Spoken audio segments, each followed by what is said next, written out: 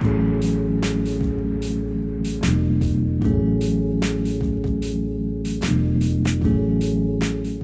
everybody, and welcome to a very special episode of Ice Cave Radio. I am being joined by not Doa. He is still on his sabbatical, so instead, I have reached out to Jack, our new community manager, community liaison, community specialist.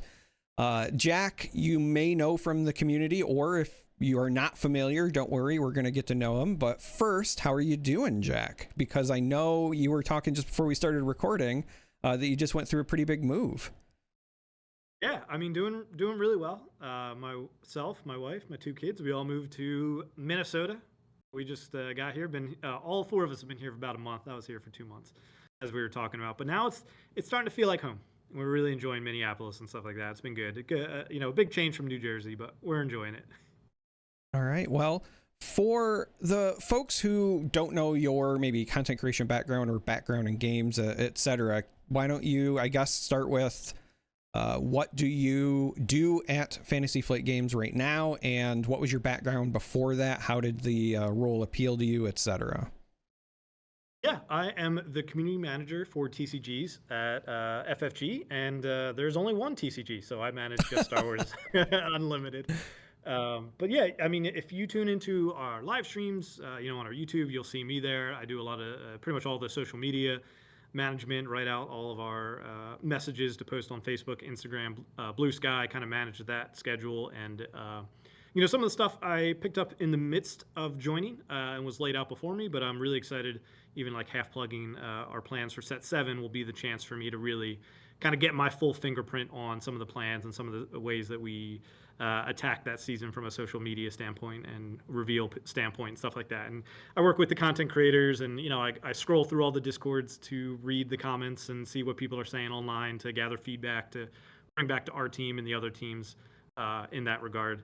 As for what I did before that, I was the person talking in the Discords and in the Facebook. I was a part of Golden Dice, for anybody that watched any of that content, and that actually started with Star Wars Destiny. Was the game that I originally played, and really kind of my first TCG. I played some other games growing up and whatnot, but Destiny was the first one where I went to tournaments and competed and actively talked about. And so when Star Wars Unlimited came back, we re-upped the podcast, got it going again. Shout out to Brian, Flock, and Scott. And so I was just really engaged with that, and I got to meet a lot of the people at Fantasy Flight Games through going to events and just talking with them online and stuff like that. And so when this position opened up, I took a swing at it, and they liked me enough to give me an opportunity to do this. So I'm really excited to be here. But yeah, I was just somebody who did a podcast in the community, played competitive events, and so now just getting the chance to be on this end of it has been a lot of fun. Well, I, for one, am happy to see somebody from the community transition to the role, because then I feel like are going to be better equipped to understand both sides. Very often in games, I find that to be the case, but you would be surprised. There are certainly times where that is not the case, and it is felt. I just want to give a special acknowledgement. If you are somebody who's been around the game for a long time, you probably were used to seeing Xander for a long time, but unfortunately Xander was so bad at his role that they promoted him just so that we could get Jack. So shout out to Xander for being so bad at the role that we were able to land you. Before we transition, because we are going to get to some listener questions, just kind of talking about what to expect the show. We're also going to go through some of the cards that were recently revealed in Secrets of Power. There's been a lot released since our last episode. Again, Doa is on a sabbatical, but we are just going to go over 10 cards that I think are either very good or very interesting, things that are, doing things in the game that we haven't seen before. But before we get to that, I had one other kind of lead-in question, and you touched on it a little bit talking about set 7, but what can we expect from you and your role in the future, right? Because we know what we got with Xander before, and again, jokes aside, he was great, and I expect great things from you, but you talked about putting your personal stamp on it, right? So obviously you can't reveal the full plan, but what can we kind of expect in the future from Jack in making his mark felt in the Star Wars Unlimited space? Yeah, I think step one, gonna try to be like Xander. I'm gonna shave my head, and we'll just kind of see where we go from there. But if you know my humor, I do like bits. I like to have as much fun as I can. If you tune into our streams, let's see, I think I've done like 5, maybe 6 streams so far. You've probably seen Viper Probe Droid 5 or 6 times on those streams. But just trying to create live streams that are just really engaging and people are interested into not to say that they weren't before, like like you said, Xander was a great host, and Josh before him. Like, there's been a lot of good stuff going on, and I want to keep that going, but just add like my own little sense of humor in a way that's still keeping engaged, promoting the game, promoting the sets, getting people excited about all of that stuff. And the way that I've seen the ups and downs of being on the side of card reveals and spoiler season, and what is exciting, what's not exciting. And so set 7, I feel like will give me a chance to kind of just own that and try to build up the hype in a way that I'm excited about. And like I said, I can't really reveal too much about that just yet, but just my take on it from having experienced it on the other side, I feel like will kind of give a fresh perspective to what we're doing with our social media and our marketing and all that stuff going forward. All So right, expect well, more Viper Probe Droids. if you send me a Jawa costume, I will do a Jawa card reveal in costume. I just want to put that into the universe. yeah, noted. But all right, so with that being said, let's talk about reveals then. You kind of hit the nail on the head. We are kind of in spoiler season right now for Secrets of Power. This is the 6th set. It's really wild. When I just said that out loud, I was like, wow, it does not feel like we should be 2 years in, right? 6 sets in. I remember starting this when we were, 6 months before the game even came out, and it's kind of wild that we're already here.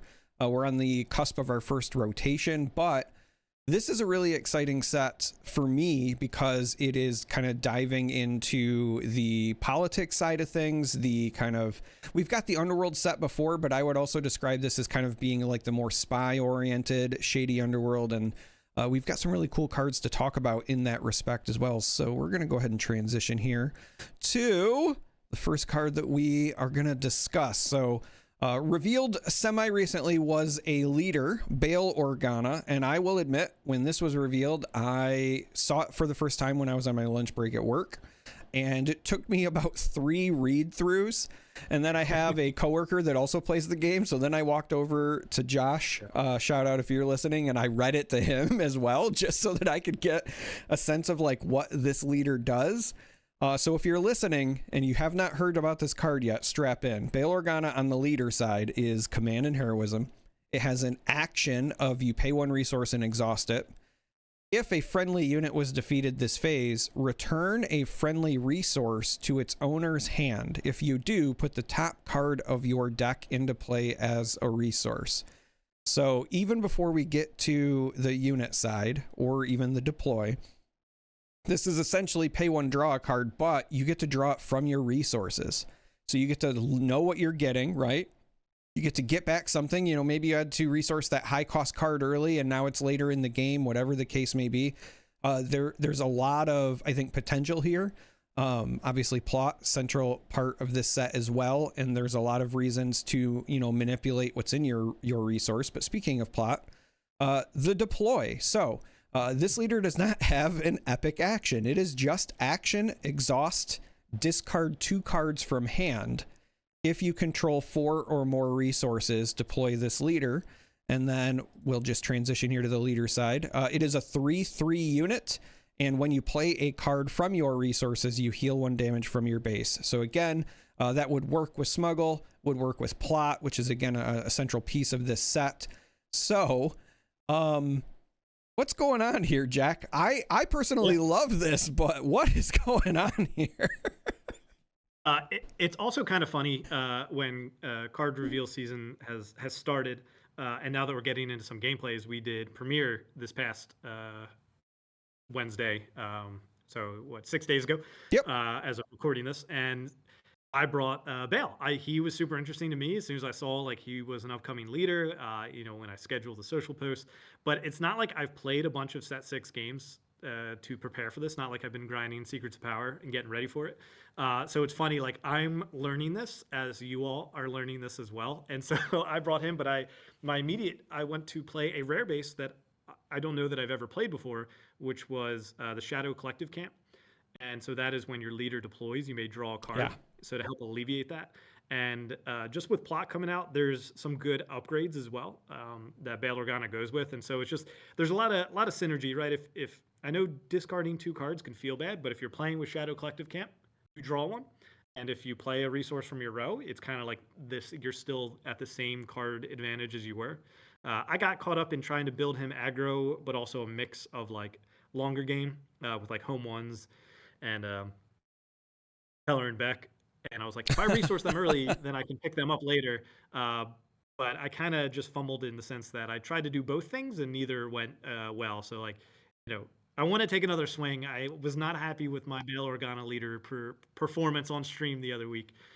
So just looking to amend that. But he is extremely fun. I think extremely unique in the multiple deploy leader at such an early time. I know we had Admiral Trench before as like a similar vein, but Bail Organa being able to be free in the terms of resources, and I believe 2 resources earlier. I believe Admiral Trench is 6, maybe 5.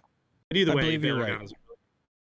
So the other interesting thing for me is that unlike Trench, if we go back to the other side, the deploy is just discard 2 cards. There's no resource cost involved either. Yeah. So while Trench, you can have the multiple deploys, you also have to spend those resources. And so if you're trying to play around plot, that can be difficult because you still need the resources to play the plot cards. Bail here, it's almost like you're discarding the cards, but that frees up your ability to get all of these potentially cool plot effects. What really stands out to me about this leader, and I love that his like subtitle is doing everything he can, because it really does feel like he's doing a little bit of everything. You're right. He could be aggro. He's a low deploy leader, and you can keep playing him over and over again. So if you just need a body, like he's there. 3/3 is not a great stat line, but he is still a leader unit. So a lot of those things that just say like non-leader, they just still don't work on him. You do get the multiple triggers, right? So, you were talking about the camp, but there's like the droid manufactory or other things where if you deploy a leader, it's only meant to be a one-time trigger, and he kind of abuses that. But if you want to play a late game deck, like also when you were saying like, hey, I put in home ones, his ability of like, I can essentially draw a card, right? Because it replaces itself from the top card, but you get to see which one it is. It's like very control oriented. And then if you are playing plot, when he is in play, so again, going back to the unit side, you get to heal from your base. So he really does, in my opinion, feel like he's trying to do everything he can because he does a little bit of everything. And I don't know yet if he's going to fall into the category of he's trying to do too many things, so he doesn't do any of them well enough to stand out or not. But I find him fascinating. The other thing that jumped out to me specifically is I think he's incredibly fascinating from a Twin Suns standpoint, because having a leader you can deploy more than once and having access to cards when you're limited to 1 copy of each card in your deck, and those early resources in Twin Suns can sometimes feel really painful. Having the ability to get them back, I think, is outstanding. So I'm really looking forward to building around him there as well. One of the underrated things about him being able to pick up one of your resources is that sometimes one of the worst feelings in Smuggle and now Plot is the top card of your deck could have been something that you wanted for the next turn or two. And so just that ability of like, all right, I smuggled, that was the correct decision. Oh, I put down this card that I was really hoping to be able to play in the next round or two. Well, one of your units is very likely going to leave play. And if they're not, then you might be winning the game anyways, and that's okay. Just being able to pick up that card that you had no control over whether or not it went into your resource row because you did smuggle or plot. All right, well, that was the first leader of 2 that I wanted to talk about because, again, this set, this set, they really set us up for, I think, like the preview, the last couple sets, right? They've been slowly trickling it in. They went, all the way back to set 3. They were like, okay, here's Chancellor Pelp. He's heroism and villainy. Then we got pilots. Last set, we got our first ever just heroism or just villainy. But now, we have our first non-heroism, non-villainy leader, in DJ Need a Lift. So if you are listening, this leader is double cunning, just straight up double cunning. The leader side says as an action, you can exhaust DJ and choose a friendly unit. If you do, play a unit from your hand. It costs one less, but then the chosen unit, so the first part of this action, captures the unit, and then in the reminder text, when played, abilities resolve after the unit is captured. So if you have cards like, so when I saw this, the first one that jumped out to me was Cantina Bouncer, right? Because it's all the way back in set 1, but it's a really powerful when played effect that's also in double cunning. So it feels like it's a match made in heaven for DJ. But what it essentially lets you do is you play that unit for one cheaper, you still get the when played effect, but your friendly unit captures the bouncer. And there's so many interesting things about that play pattern, because obviously now your opponent is left with a choice of, okay, like if the unit that you just had capture that is like a 1/1, do I just like let it stay there because I don't want to get the big unit, or do I try to dodge that lane so that you can't defeat your own unit on purpose to get the bigger unit, etc. So we have all of that going on with DJ, and then epic action at 6 or more resources. DJ then turns into a 4/6 stat line with the underworld trait, has Saboteur, but also has friendly units that are rescued enter play ready. So again, this could set up some pretty potential combo turns, right? Like if you've got 2 or 3 units all under 1 because you've been using the ability throughout, and then you find a way to either defeat that unit or whatever, and your friendly units are rescued, well, then they all enter play ready all of a sudden. And depending on the timing, depending on the board state, that could be a really big tempo swing. So again, crazy leader, something we have not seen yet in this game. So I'm going to ask the question again. What is going on here, Jack? Yeah, I mean, I think it's a unique space to explore.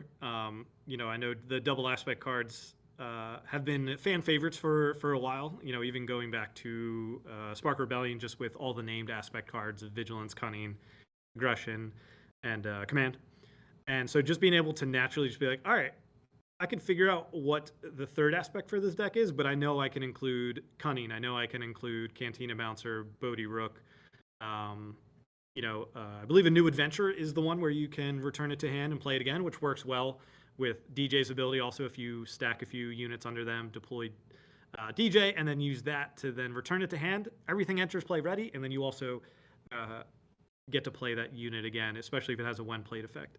Yeah, I think it's really unique, and I'm really curious to see kind of how the community runs with this. And it's funny, I also do want to shout out the Twin Sons format. I know you mentioned it for Bale, but DJ and Twin Sons is funny because, you know, essentially with 2 pairings, a heroism aspect symbol went to waste, right? Because there's no double heroism cards. But now you can run DJ with a heroism or a villainy one.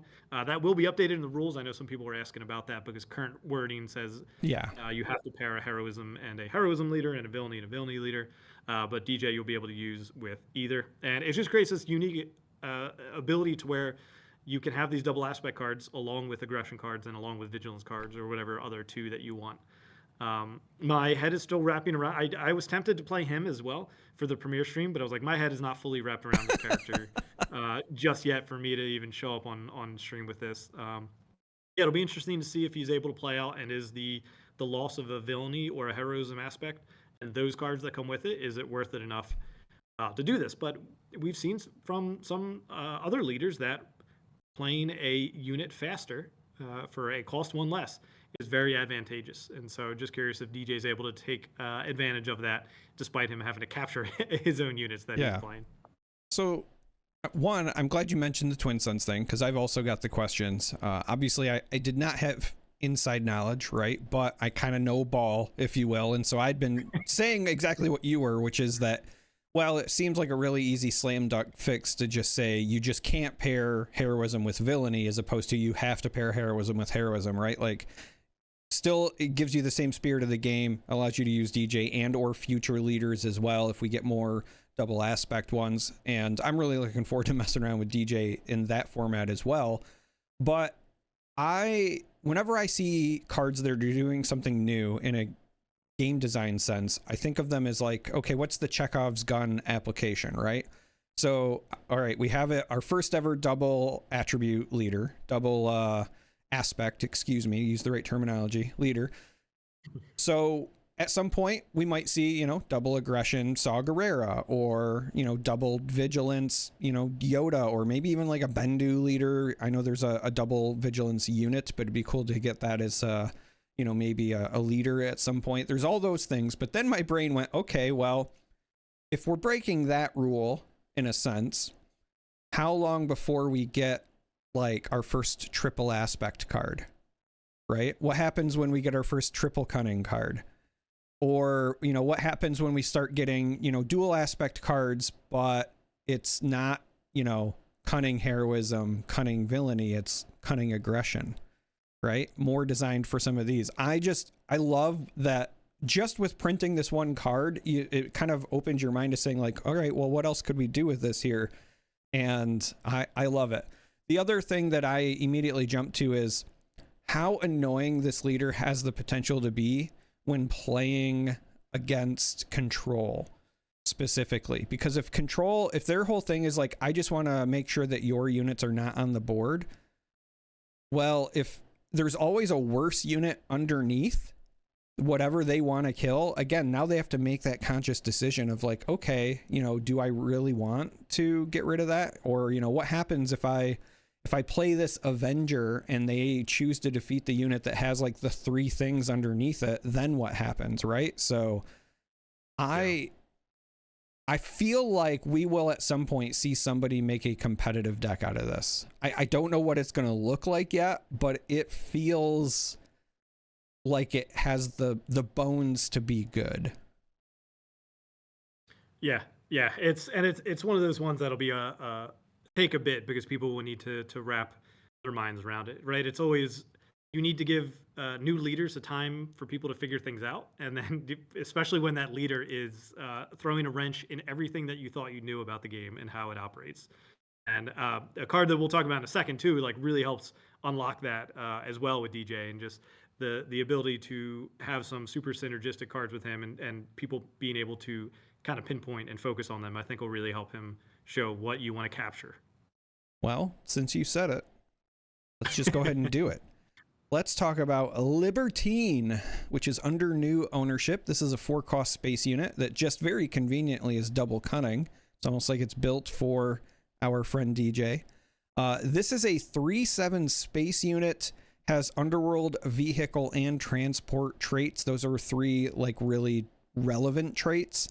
The wording on this, just like in typical DJ fashion, a little complicated, but we'll get through it. This unit gets +1/+0 for each captured card it's guarding. So this is one of those things where you would get the benefit if it's capturing your friendly units or enemy units as well. So there is some neat interplay there. And then also, when played, choose an enemy unit and a non-leader friendly unit. The enemy unit captures the friendly unit. So when played, you have to kind of give up one of your friendly units, which would normally be a negative. But again, as we were talking about with DJ, if you are putting other units that you've played cheaper underneath a small unit or something, and your opponent is trying to avoid getting rid of it, well, then you can just force them to capture that unit, and then everything stacked underneath it pops out. Yeah.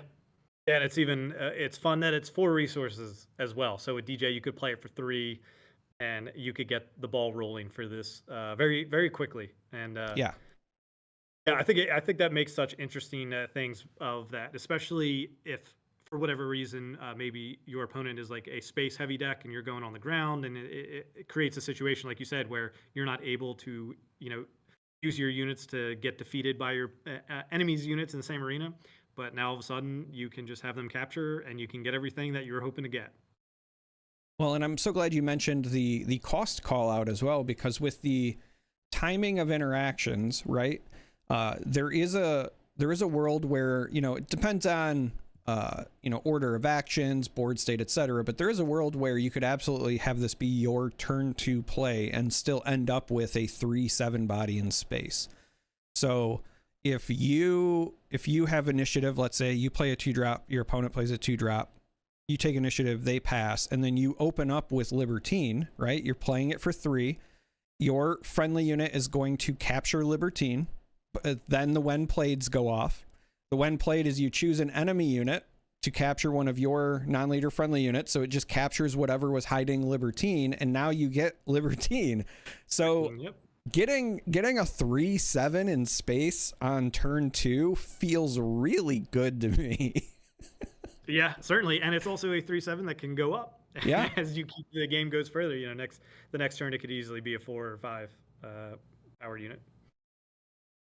Yeah, and if your opponent, if their turn 1 play was also a space unit, yes, you gave up your turn 1 play, but then if Libertine attacks into, you can just free and get it right back, right? So you're just kind of you're kind of giving up the now for a more powerful start in the turns like 4 through 6 range, but I again think that that's also very fitting for like a double cunning play style.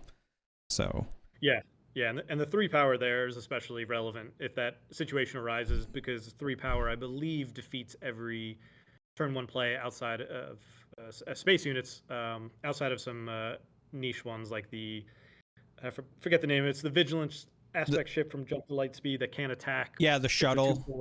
Yeah, the shuttle. I think there was revealed for Secrets of Power, there's now a 2-drop 2/4 space unit as well. But it is most of them, and even the ones that have 4 health, all it takes is if you're then, before you swing with your Libertine into it, if you then do the leader activation again, you get a when played effect, and then this thing's power goes up, right? So it's still within range. It's just it's a really powerful unit, I think. Yeah, it's like the bones for the deck are there. I'm just really curious to see how the other 47 cards fill out and what that looks like. And how much power can we get into this? All right. Well, speaking of power, let's move on to the next card that I want to talk about. And there was a lot of immediate discourse when this was revealed, because it gives us not our first, but probably the easiest quote unquote infinite combo that we've had in the game. So this card is Darick CHARM3R. It's a 3-cost ground unit. It is Cunning and Villainy. It is a 2/5 that has the Force and Sith traits. And on attack, you may ready a non-unit leader. So I want to say that again, a non-unit leader. So when your leader is not as a unit, right? When it's just on the, in the leader zone side, a lot of those leaders, as part of their effect, you exhaust them. And so Darick CHARM3R on attack can ready it. So if you are not familiar, because it's going to be an important part of assessing, I think, the value of this card, the combo that people refer to with this is if you have Darick CHARM3R, the leader Grand Inquisitor from set 1, and the Tragedy of Plagueis is an event, those 3 cards set up the ability to just attack forever. Now, it can still be interrupted. That's an important piece, right? So at any point in time, something like a waylay or even just like exhausting the unit at the wrong time or whatever could interrupt it. It's one of those things where I think the existence of the combo will force people to respect it, because it means you just can't like slam take initiative early against a deck like that. But if you're not familiar how it works, essentially the Grand Inquisitor, when it exhausts, you can deal 2 damage to a unit that has 3 power or less to ready it. And then Darick CHARM3R attacks. When it attacks, you can ready the Grand Inquisitor again and rinse and repeat. And so part 3, right, because the Inquisitor is dealing damage to Darick CHARM3R every time it does the ready action, the Tragedy of Plagueis says that you choose a friendly unit and it cannot die to having its HP reduced to 0. So again, straight defeat effects, bounce effects, things like that still work on the unit, but the Grand Inquisitor effect alone won't kill it. So it just creates a situation where if your opponent has no way to stop it, you swing for 2, then ready it, swing for 2, then ready it, and you death by 1,000 paper cuts. So a lot of people were excited. my question to you, Jack, is what kind of silly combos do you think might come from this that are not Grand Inquisitor themed? Cool. Yeah, I mean, really any type of like free exhaustibility sounds really interesting to me. And I also think Darkrai is just great in a sense of being a force cunning villainy unit. They don't have as many, especially some with such durable stats. Even just for the 3 cost with 5 health is going to be something that those color combinations are going to be excited about. But I'm even just looking at some value of being able to do things like Mother Talzin. I was playing Mother Talzin leader with Cunning just a little bit. And so obviously that's not a crazy combo, but being able to do her -1/-1 ability twice could be certainly relevant for that.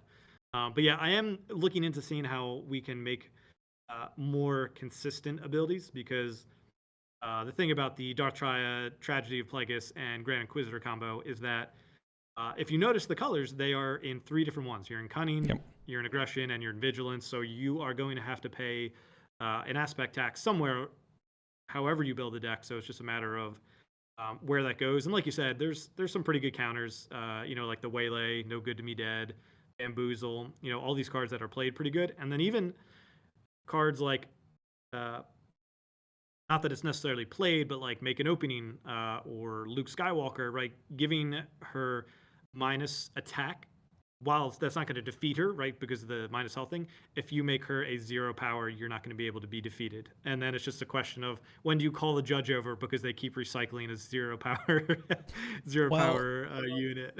So depending on the timing, I think you would still have a situation where it could be defeating it. If you play it early at the start of the combo, then it's never going to 1. But I think if you waited until it became like a 2/1 and then you gave it the -/, at that point it goes negative and it's not being defeated due to having no HP. I think that would, I don't know, I'd have to go back and look at the way the -/ state-based effect applies in the comprehensive rules. But either way, like you said, even if not, if you just make it have no attack, then that's on them if they want to keep doing it. Yeah, I saw this, and yes, the combo exists. It is, 3 separate aspects, so you're gonna have to play something out of aspect. I do think it's a little scary that theoretically it could all be done from an open hand. So what I mean by that is, if you magically have 10 resources, depending on which one is out of aspect, whether it's Tragedy or Darth Triad, the combination of the 2 cards from hand is 10 resources. So if you have 10 resources and your opponent starts their turn with like a Crate Dragon, let's say, right? It's late in the game and they go Crate Dragon and they don't have any other resources left. And then you're like, okay, I play Darth Triad and their board doesn't have any way to get rid of it.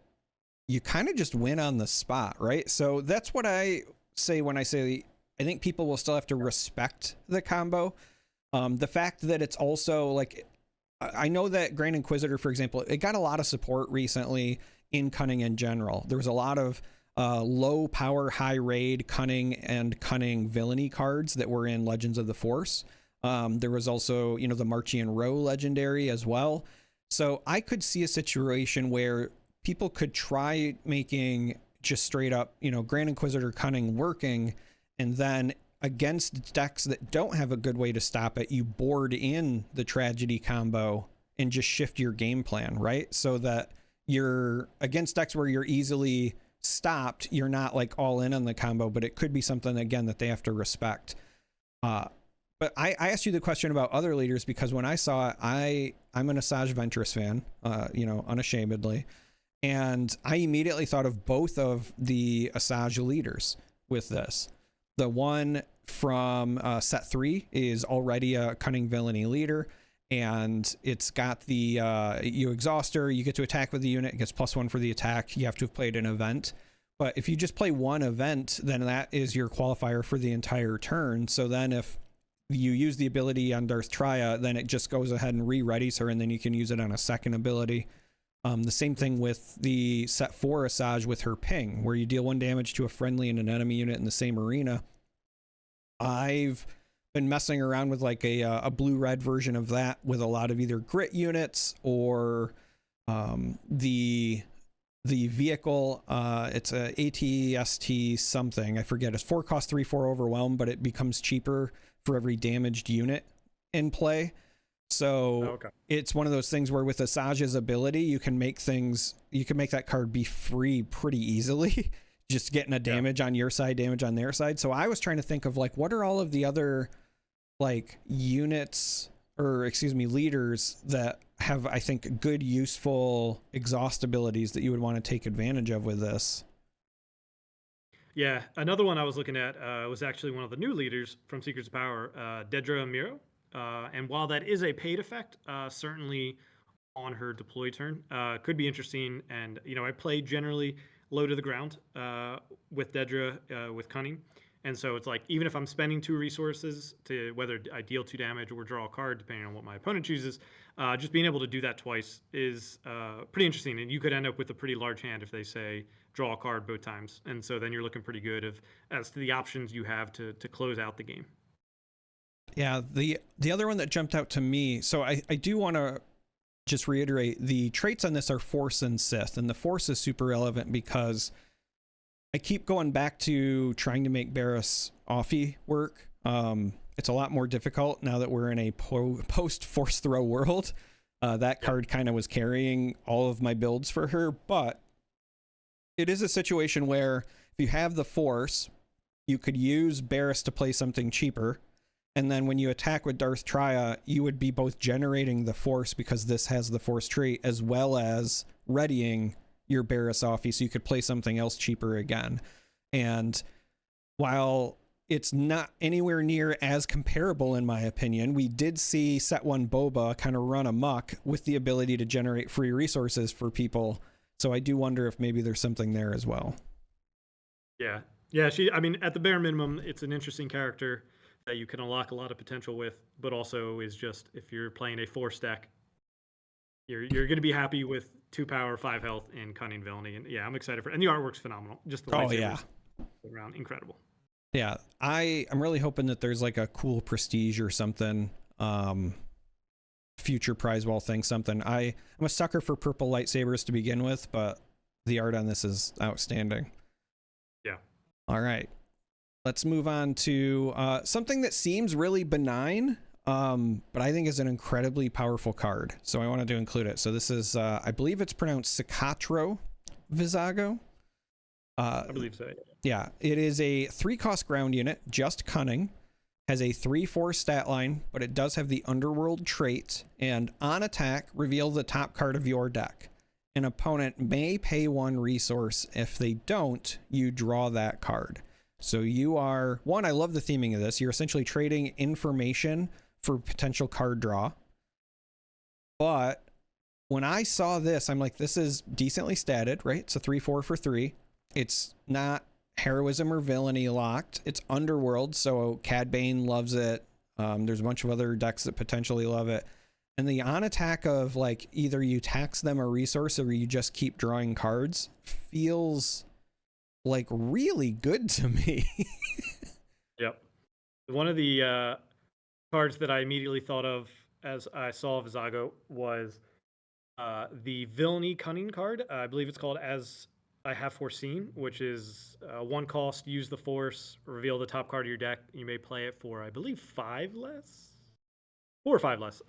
But it was like this idea of trying to know what is on my deck to have an informed decision of when to do that. And so now, obviously, you know, I would need to make a deck with Force units to get the on attack of them, to get the Force on my side, to then be able to use it. But it is funny, if I use Vizago to attack, they pay the 1, so it stays on top of my deck, and then I use As You Have Foreseen to then play it.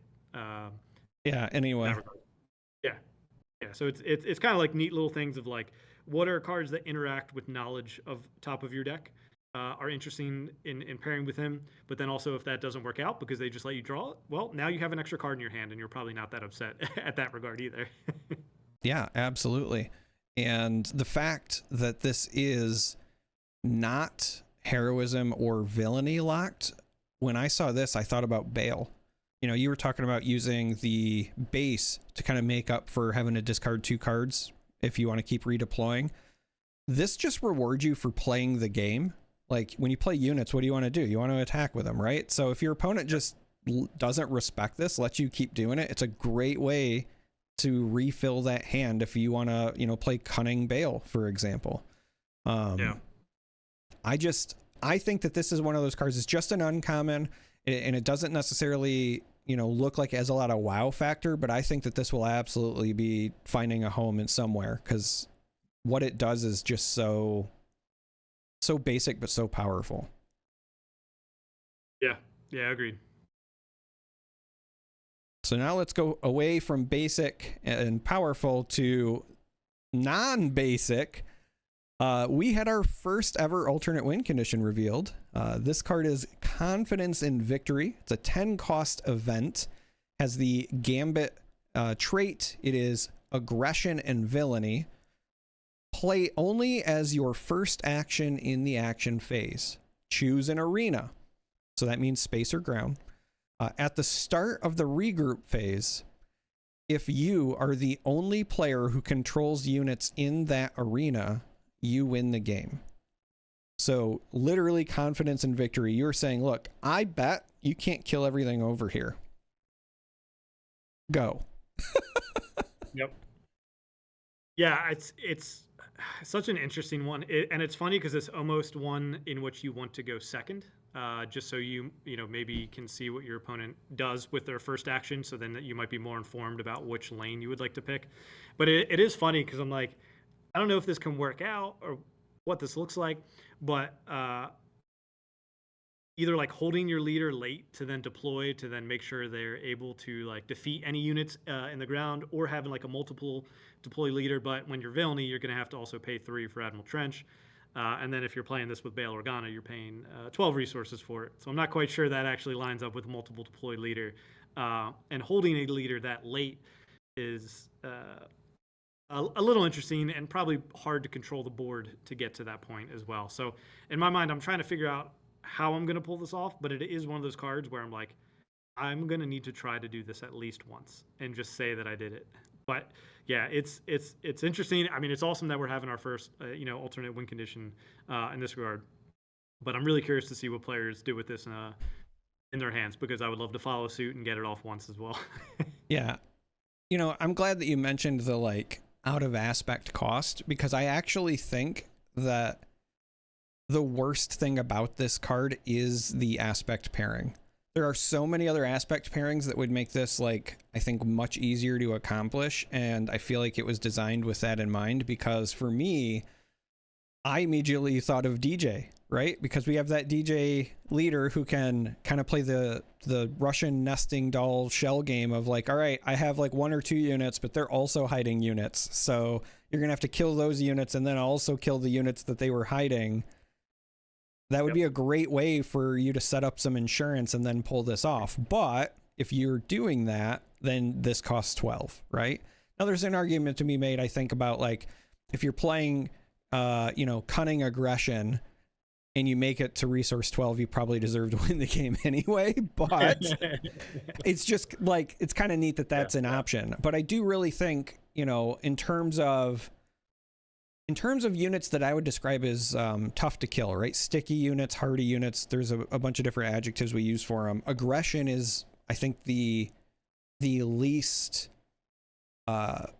qualified aspect for that pairing, right? In Vigilance, we either have, high health units with shields, Command has a lot of big stats. Even Cunning to some degree can, kind of do some wonky things at times. Aggression units are typically not known for their staying power. Yeah, and it's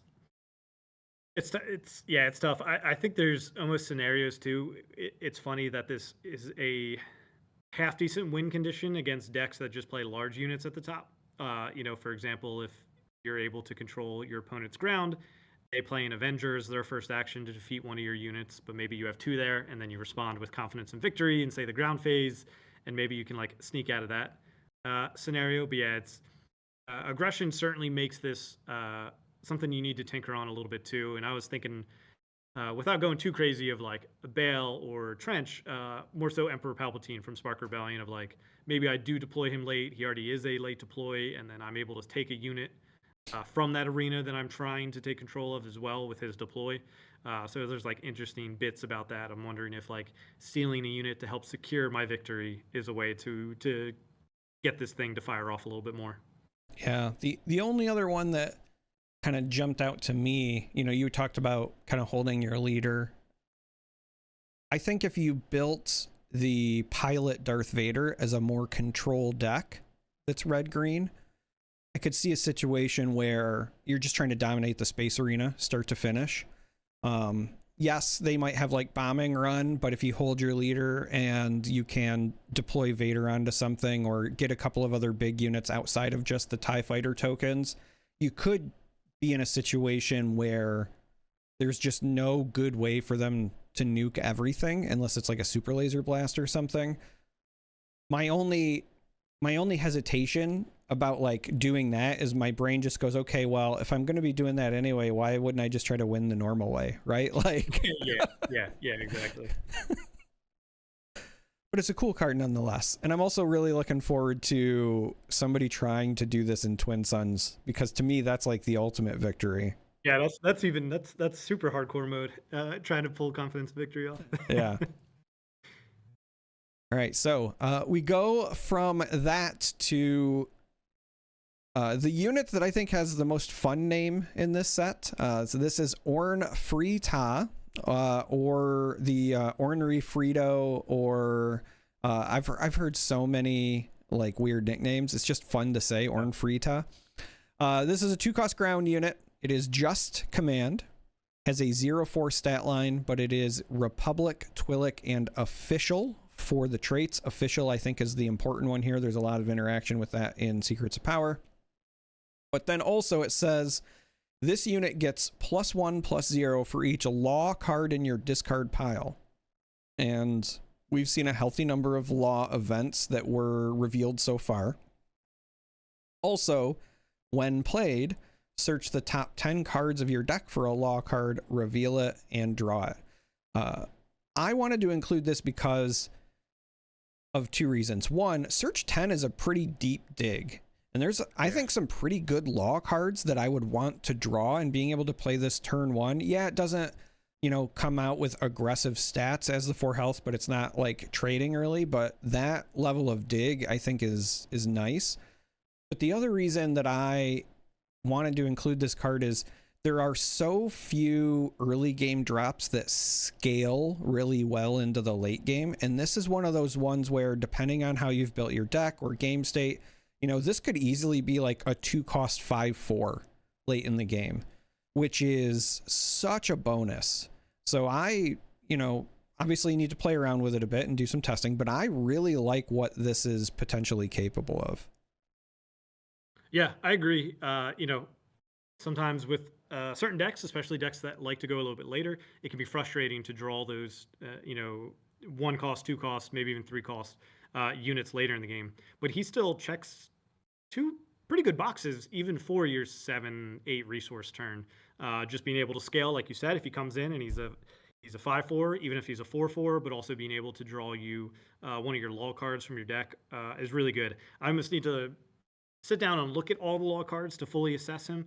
I haven't fully saved that into my memory just yet, but I do know there is the one where I believe it's, if you're the one where they can't play any events. I believe it's if they have more resources than you that turn. Yeah, it's a plot card. It was just revealed recently, I believe. But yeah, so that card is already looking powerful right off the top of my mind, and it's already in command as well, so you're already within the color of Orn Frita. And just being able to look at that and just seeing what you can do with that, because being able to make sure you have a card of like that power level could be a good bonus. But then you also want to include other law cards to make sure you're always hitting with his search, and then also that he actually gets some stats later in the game. Yeah. You know, things like that. So it was trade route taxation. Went and I looked it up for us. It is command. I know there's a cunning law that's really good too. I'll have to go find it, but this one was command. Choose an opponent. If you control more units than that opponent, they can't play events for this phase. And then it also has plot as well, which is, you know, again, really nice, because yes, you're searching for a law card, you reveal it and draw it. But I've been saying one of the things I love about this set, both between disclose and plot, is that this is a set that's so geared around like showing your opponent what you might have in your hand. And I love the idea of like you show them one thing and then you just resource it. But now they are kind of trying to play around it potentially, right? So that one is a solid law, but you are correct. There have been a number of laws that were revealed earlier. And I'll see if I can grab some of the other ones that I was thinking of here. I do like the cunning villainy one, arrest, where you capture an enemy unit on your base for that phase. I believe is the wording for it. Yes. Which is another interesting one in that regard. Yeah, I think we're in total. I think we're currently over 15 total law cards in the game. Not sure how many are left to reveal, if there are any left even. Trying to fully process that, but yeah, it's we're not at a too crazy amount, but I think we've seen a few good ones already in there, and I believe there's even like 4 or 5 within command as well in that regard, and even some older ones like legal authority, the upgrade, that is a law as well. So if you're interested in going that route, that upgrade is available too. Yeah, and that one's great with Ornn because of the 4 health for an early play, right? So if you're just trying to get some early tempo, that one's certainly solid. Yeah, there was emergency powers. That's the vigilance villainy, but it costs 1. Choose a non-leader unit, pay any number of resources, and then put that many experience tokens on it. That one could be kind of interesting. Like at first glance, you might say like, okay, you have to pay the tax. So it's 3 plus any number of resources. However, because it's so cheap, it is. So one of the things that I have realized is that the Anakin legendary unit has changed the way I evaluate cards so drastically because of how stupidly powerful he is.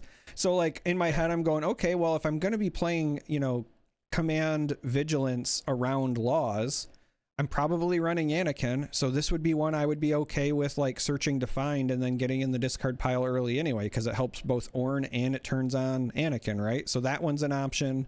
There was like convene the Senate. That's another command one. That's the one that lets you find, I think, 2 officials and you create a spy token.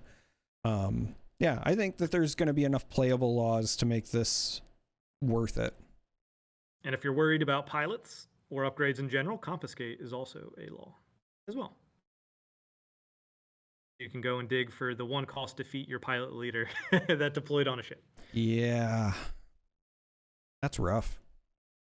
Yeah. All right. Well, speaking of rough, Cinta Kaz. The struggle comes first. This is a 6 cost ground unit. It is just aggression. It is a 5/5 stat line with the rebel trait. When played, you may attack with a unit, but it also has plot. This card is it's just an uncommon. And much like, earlier with our cunning friend where I was like, hey, it looks kind of unassuming, but I think it's really powerful. I wanted to include this one because I think the exact same thing here. This card, I think, could end up being one of, if not the best card from the set, period. Because there are so many leaders that you really want to make sure you get an attack with. And having this triggered with your plot where you can guarantee with your deploy, you also get the immediate attack trigger is huge. And it's not even you have to attack an opposing unit. It's just straight up like this represents burst damage on base. And even if they deal with your unit after the fact, right? The leader unit, you also get a 5/5 body to boot like as backup. So I saw this and I immediately thought like Avar Chris, I think, is potentially really good with this because she can swing for a lot on base. And then if you're, running the combo where you then play the card where you can attack another unit with an exhausted unit, but because she typically has overwhelm at that point, now you're doing even more burst damage. There's some crazy things I think Cinta's gonna enable. Yeah. Somebody in the main Discord at one point asked me for my favorite plot card. And I said it was coming later in the week. The Friday, and this Cinta Kaz was the card that I was talking about. Yeah, I mean, she just opens up so many powerful play lines. Like you said, just deploying, attacking, and playing a unit all within one action is just going to be extremely powerful to do. And it makes you rethink how you evaluate all these 6 deployed leaders as well. just because it lines up so nicely with them, right? It even gets you thinking of my 5 deploy leaders and like, do I wait a turn to then Right. deploy an action sync? That'll be game by game, state by state basis of stuff like that. But it's just like you said, of our Chris would obviously be a great one, but even 6 deploy like Luke Skywalker, the pilot, if you Yep. deploy and being able to attack, and you can ping the damage if possible. And then even Anakin Skywalker at 6 resources, depending on what your base is at, he could overwhelm a unit and do some good damage really quickly. And yeah, just leaving a body. I think Syndicate will be a very good card that people will be loving to play until set 6 rotates out. Well, and so going even further than 6 resources, the other leader that I kind of was like, oh, I think that would be really good there as well, Yoda. So Yoda coming in usually at 7 is typically like you're playing a control version of Yoda. I know that Red Yoda's already been semi-popular anyway. Fell a little bit in popularity after losing Force Throw, but I think the deck still has legs. But being able to deploy your leader and have Yoda's deploy, defeat a unit, and then you get an immediate attack to get the restore, right? The healing side, I think could also be a really big stabilization like play. Yeah. You essentially defeat 2 units when you deploy with Yoda's ability, and then if you use Yoda to attack into another enemy unit, get the restore and stuff like that. Yeah, all very good Yeah. plays and ones that you want to do. Yeah, Cinta's going to be a problem. And I'm going to say it, like, I'm shocked she's an uncommon, because that's going to be a nightmare for like pre-releases, draft. Yeah, if your opponent's deploying and they're at 6 resources, you probably just have to assume they've got something yeah. else. All right. Well, speaking of fun stuff, this is one that I wanted to talk about just because I think it is incredibly fun, and it's one of my favorite cards designed from a flavor standpoint. General Grievous scuttling to safety. Incredible. Yeah, incredible. 2 cost ground unit, cunning and villainy, has a 3/3 stat line, is a separatist and an official. And the official trait, I think, is actually, again, really important. There's a lot of stuff that works with it in the set.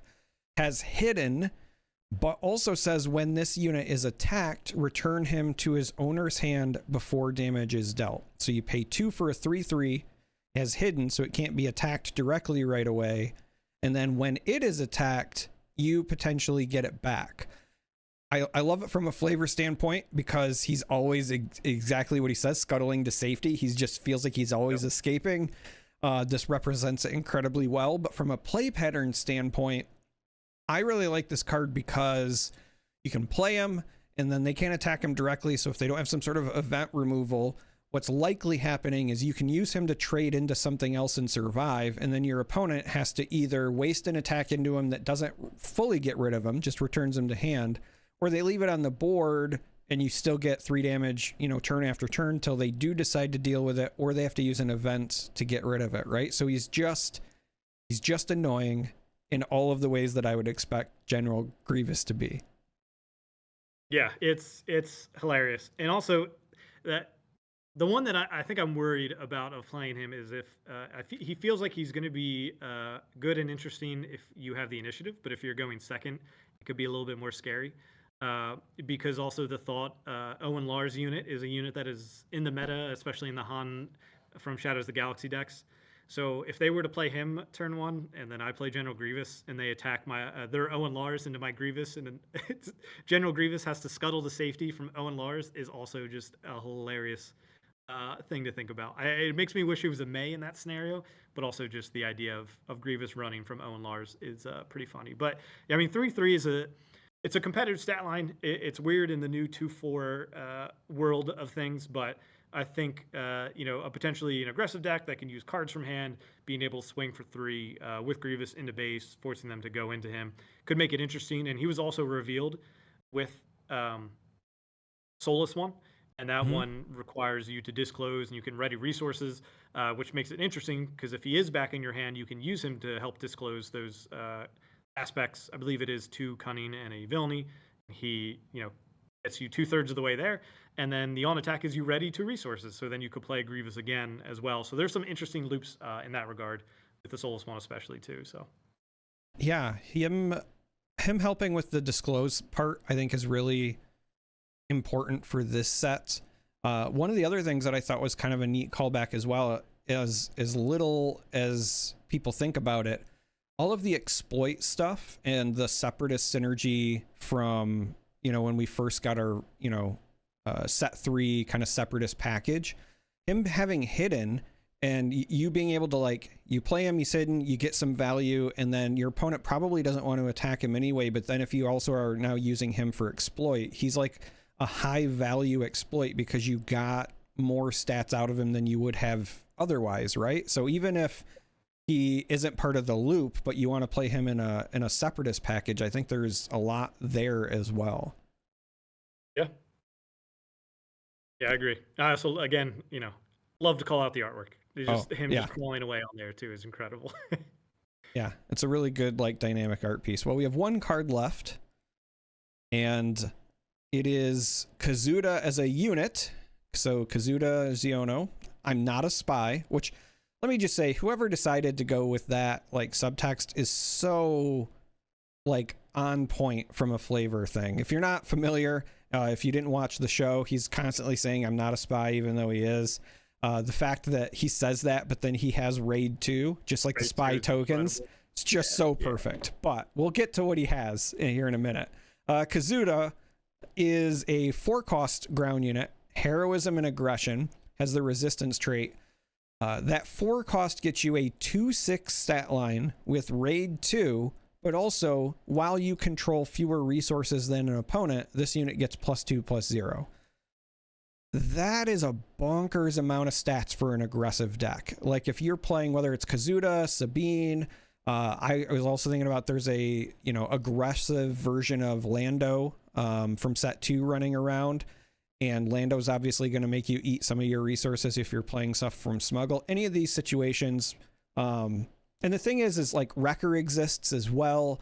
There's so many ways where you can get to less resources than your opponent. So when I factor all that in, and the fact that you can pay 4 to potentially swing with 6 damage with a 6 health unit, right? It's not a true 6/6, but it's kind of like an effective value 6/6, is wild to me.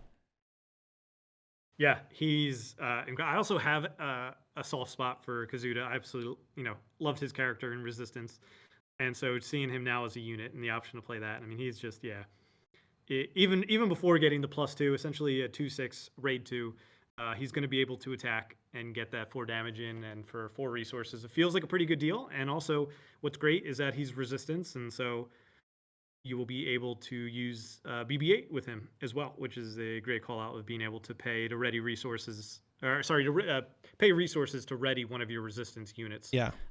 And just being able to swing with him again. I think there's a lot of room to explore, and especially with things like resupply, things like Super Laser Tech, like even just Han Solo from Spark Rebellion, like all of these cards, he definitely can just be slotted into every aggression heroism deck to use that.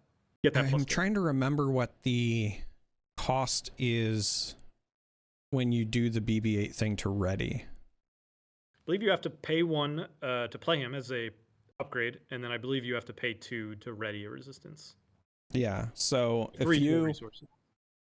you played Kazuda on 4 resources and then you just didn't play a resource, let's say, and they went to 5 and you're still at 4, you could essentially swing for 12 and then still have a resource left over.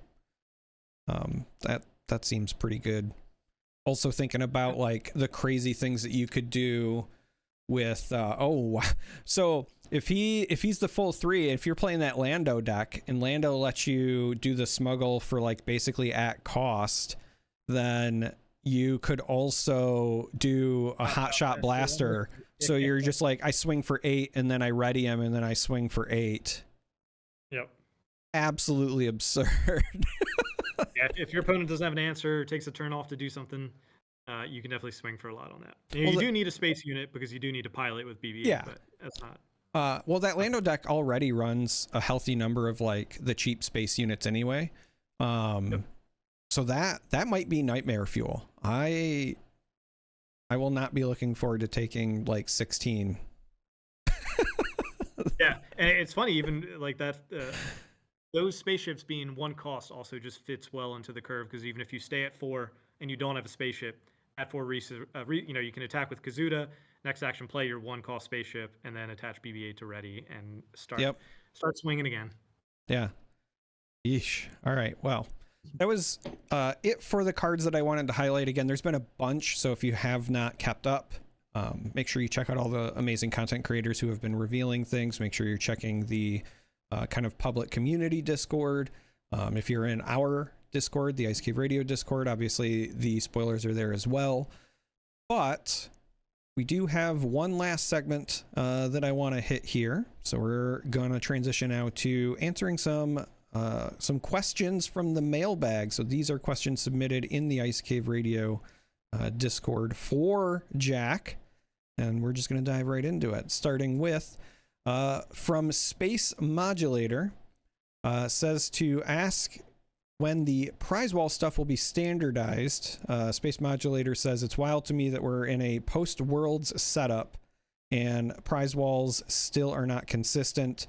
Feels real bad even for someone that didn't go to Portland to get 0 tickets for a loss in a paid side event. Yeah, that's something we're currently just evaluating at this point. We've heard the feedback from Portland, and we're just talking through it as a team. But we don't have anything announced at this time, but it's certainly something that we're going to be looking into going forward for that. And next up, we have Joe D, which is asking, what is your favorite leader and why is it Dr. Aphra? And then they say, okay, semi-joking, but real question is, of which of the sets 7 through 9 does he think has a mechanic that players will enjoy as much as Smuggle and Pilots? So obviously you can't give away what's in those. We know that they're at least on the block because we've seen the titles announced right at Worlds. So without telling us what the mechanics are, just what set are you excited for mechanically? Oh man, mechanically, I think it is a Lawless Time. I think it is set 7. So we're gonna get to see it, relatively soon compared to the other 2 sets, set 8 and set 9. But yeah, I'm very excited for what everybody will get to see. It's hard to keep it in anymore. I'm just like, I just want to tell everybody about all of these cool things coming up. But yeah, set 7 is going to be an awesome time for Star Wars Unlimited. An awesome time and a lawless time. Okay. There's no rules anymore. There's no comprehensive rules anymore. So you can do whatever you want. Yeah, you just resolve by shooting first every time. Exactly. Next up, first of all, let me just say I love this person's Discord username. It's Poe Cameron. Not Poe Dameron, Poe Cameron. Love it. How does the team feel about rotation coming up? Was the thought of only rotating out leaders or bases ever on the table? Yeah, so I mean, as I said earlier, I joined in July, so I wasn't around for a lot of the previous conversations, of course, with rotation and how it was going to be handled, because I'm sure that was decided, several years ago, early within the conception of the game as they were designing it. But I do know there's a lot of excitement around it. I know that there was a change in philosophy as they were developing sets, and they learned more about the game and how to create the game and what their vision was for it. And so I know once rotation hits, I feel like that's going to come to fruition a little bit more. And so I know a lot of the designers and developers are very, very excited for rotation to hit, to see some of these new cards, and to see how sets 4, 5, and 6 also play into the meta with this new and evolving card pool. So I'm very excited for it. I think the spring is going to be a great time. Very excited. Yeah, I know this question obviously wasn't for me, but I will say I'm looking forward to it just because I know there's a lot of very iconic cards and beloved units and things like that that have been staples since the game released, right? But that's also it, right? Like, they've been staples since the game released. And so I'm very curious to see what a meta looks like when we don't have set 1 Luke or Super Laser Blast or Crate Dragon, or, the list goes on and on. There's a lot of cards that have been staples since set 1. My only real hope is that, sometime in the near future, I'm really hoping set 7, because she was in set 1 and is rotating out, we get another Sabine leader, because that's my favorite character, and I would like an excuse to continue playing her. Yeah.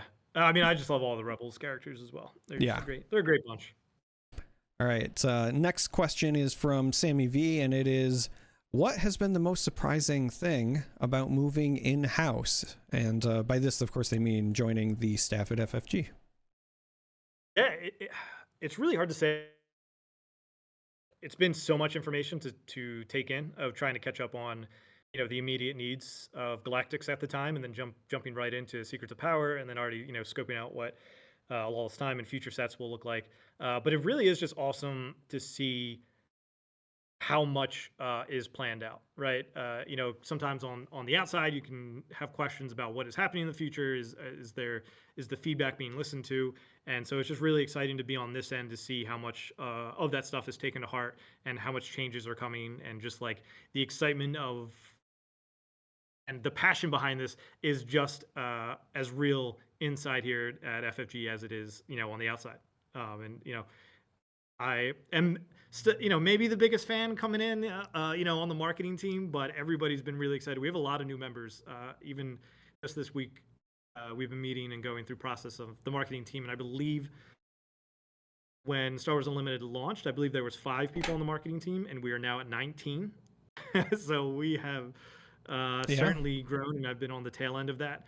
And so it's just like seeing all of that stuff and seeing how ready the company is to meet a lot of the needs that there are for such a successful and large game. It's been really exciting. I've been nothing but encouraged about the direction of the game, especially since joining. Not that I was down on it before, but just being able to jump in and hear the conversation going on behind the scenes is good. It's awesome.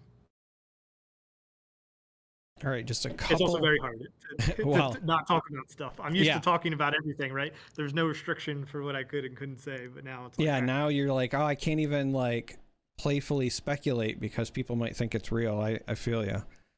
Yeah, exactly. Couple of questions left. Next one, speaking of speculation, is from Ninja Ferret. Any post-rotation meta predictions? Who becomes the top leader after Han 1, Han 2, Kira, Sabine rotate out? So again, kind of going to what I was saying, which is like there's been a lot of staples since the game released. So what does the world look like after a rotation? Yeah, I mean, I think it'll be certainly interesting. I think it's even hard for me to say because, like I said, I haven't played too many post-rotation games just yet. But part of me, I feel like I have to guess there is a lot of power in Jump to Lightspeed, in Legends of the Force, and Secrets of Power. And I feel like people will gravitate towards the leaders that are already towards the top from those sets. And so we'll see people playing with what is familiar of those abilities and those synergies and those builds. So I feel like we'll see that, but there's some really interesting and some new and unique things that are coming with Lawless Time, and I think people will be very excited to explore them. And so I think we're going to have a healthy blend of what the meta is going to look like in regards to a spread of sets in that sense.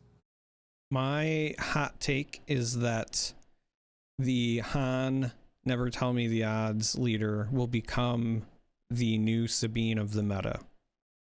I actually think going into set 6 with Secrets of Power with plot, how you can stack his ability with playing plot cards is going to be very good. You're going to be very, very happy to play him, I think, even this upcoming set. And so, yeah, for me, going and looking at a rotation, he'd be one of the decks that I'd immediately be like, all right, yeah, where does this stand?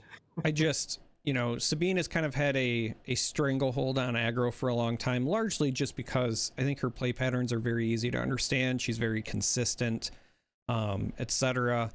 And once she's not available, I think people who gravitate toward that play style are going to be looking for, what are the still early to deploy aggressive leaders, and Lando will be gone from rotation as well. So for me, I think the immediate jumps are either the Han or Kazuda. So yeah, Kazuda's awesome as well, and he's so interesting too because he'll have a whole new set of what cards have a downside that I can turn off and attack with. Yeah. And he's still keeping his, I mean, losing Millennium Falcon and stuff is tough, but he still keeps the 2-4 shuttle. He still keeps the Ogdo Bogdo. He still keeps the stolen AT hauler and the newer Falcon, get in and push. So there's still a lot of good things that he has at his disposal, despite losing some pretty good cards. Yeah. And who knows what else he'll get, right? So Exactly. it's going to be a lawless time after all. All right. Last question that I got before, I got to the deadline of accepting the question. So if your question was not included for this, I'm sorry. We just had to do a cutoff before filming. And this comes from Ando Commando 82. Question is maybe ask a question around whether FFG is happy with the amount of leaders from newer sets being able to either become or stay relevant in the meta as older leaders. And, as an example, they say the sector qualifier, I'm assuming that they recently attended, had 0 set 3, 4, or 5 leaders in the top 8. And they also mentioned that both Kylo and Mother Talzine that were very well represented in Galactics fell off pretty hard after. I know that we've kind of already talked about this both with rotation. The other interesting thing here specifically, because they mentioned Kylo and Talzine, that jumps out to me is Force Throw was also a big part of that popularity. So, obviously you're not a designer, but what's the pulse of the team over there, and how do they feel about, stuff now versus also potentially post-rotation? Yeah, and I do want to give some love because I double checked because I could have sworn, but Anakin from Twilight of the Republic did come in second, was the finalist for the sector in Portland. So there was a set 3, and we even had Thrawn from Jump to Lightspeed came in 9th. And then I looked for the next set 5. Talzin was at 17.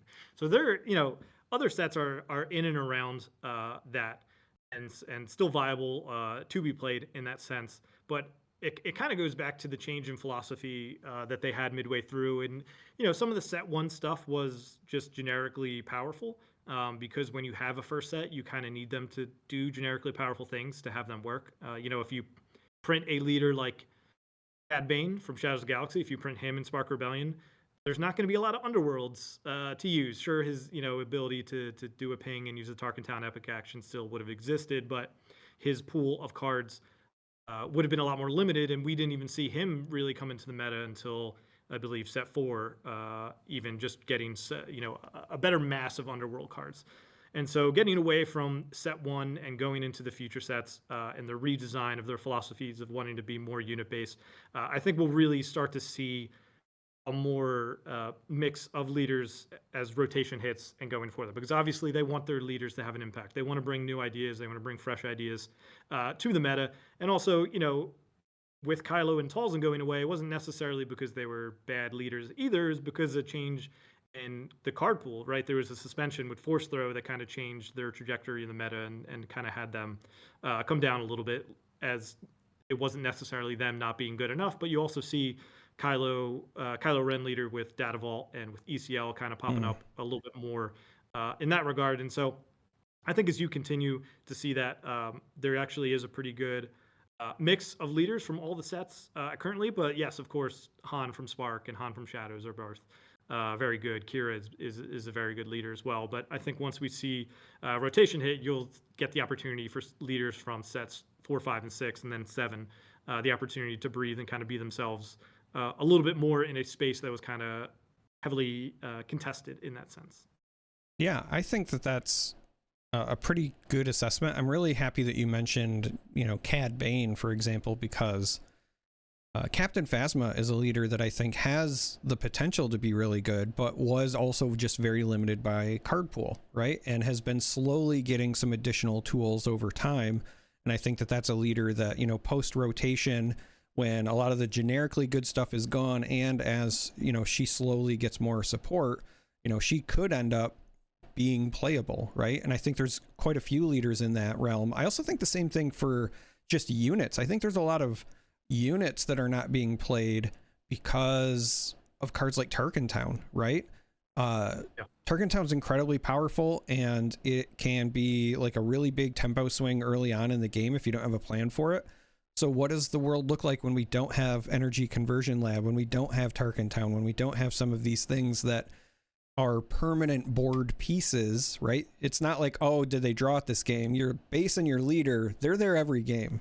So when we get that rotation, I'm I don't know. I'm very optimistic that we're going to see some pretty big swift changes in the meta as a result.